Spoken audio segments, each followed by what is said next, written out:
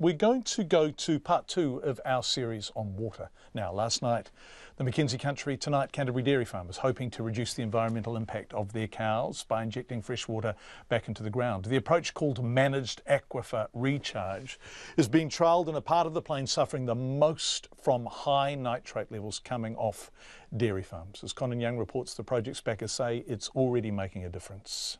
Managed aquifer recharge has been trialled for the past 9 months over a 3 square kilometre plot of land near Ashburton.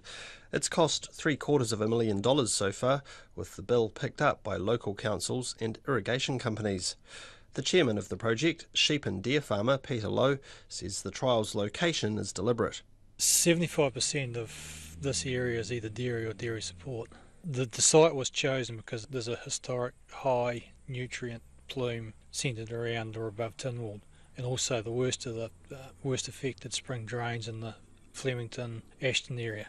Under the rules outlined in the Canterbury Water Management Strategy, Ashburton farmers in the Hinds catchment are required to reduce nitrate leaching into groundwater by more than a third on 2013 levels by 2035. Peter Lowe says it's hoped half of this drop will be achieved through aquifer recharging. To rely solely on on-farm mitigation to get to the required nutrient level that the community require would be a severe economic disadvantage to the farmers in the whole district. So the MAR scheme has a very real economic benefit to the area. I'm looking at a big area of water here. How deep does this go and how does it actually get into the ground here? Yeah, so water comes in through an open race system and through a 4-bay structure. The project's hydrologist, Bob Bauer, says aquifer recharging can take many forms, but in Canterbury it involves placing filtered water from an irrigation scheme in a large pond. Holes are then drilled and the water gradually seeps down into underground aquifers. The project has 3 aims: to fill up aquifers that, thanks to 3 years of low rainfall, are running at historically low levels, to dilute polluting nitrates coming off farms, and to fill up streams that have already run completely dry. Bob Bauer says there have already been some encouraging results around nitrate levels in the few months the project has been running. It's taken it from 11.3 average milligrams per litre, and now we have at least one of the bores showing that it's taken it down to 4.6.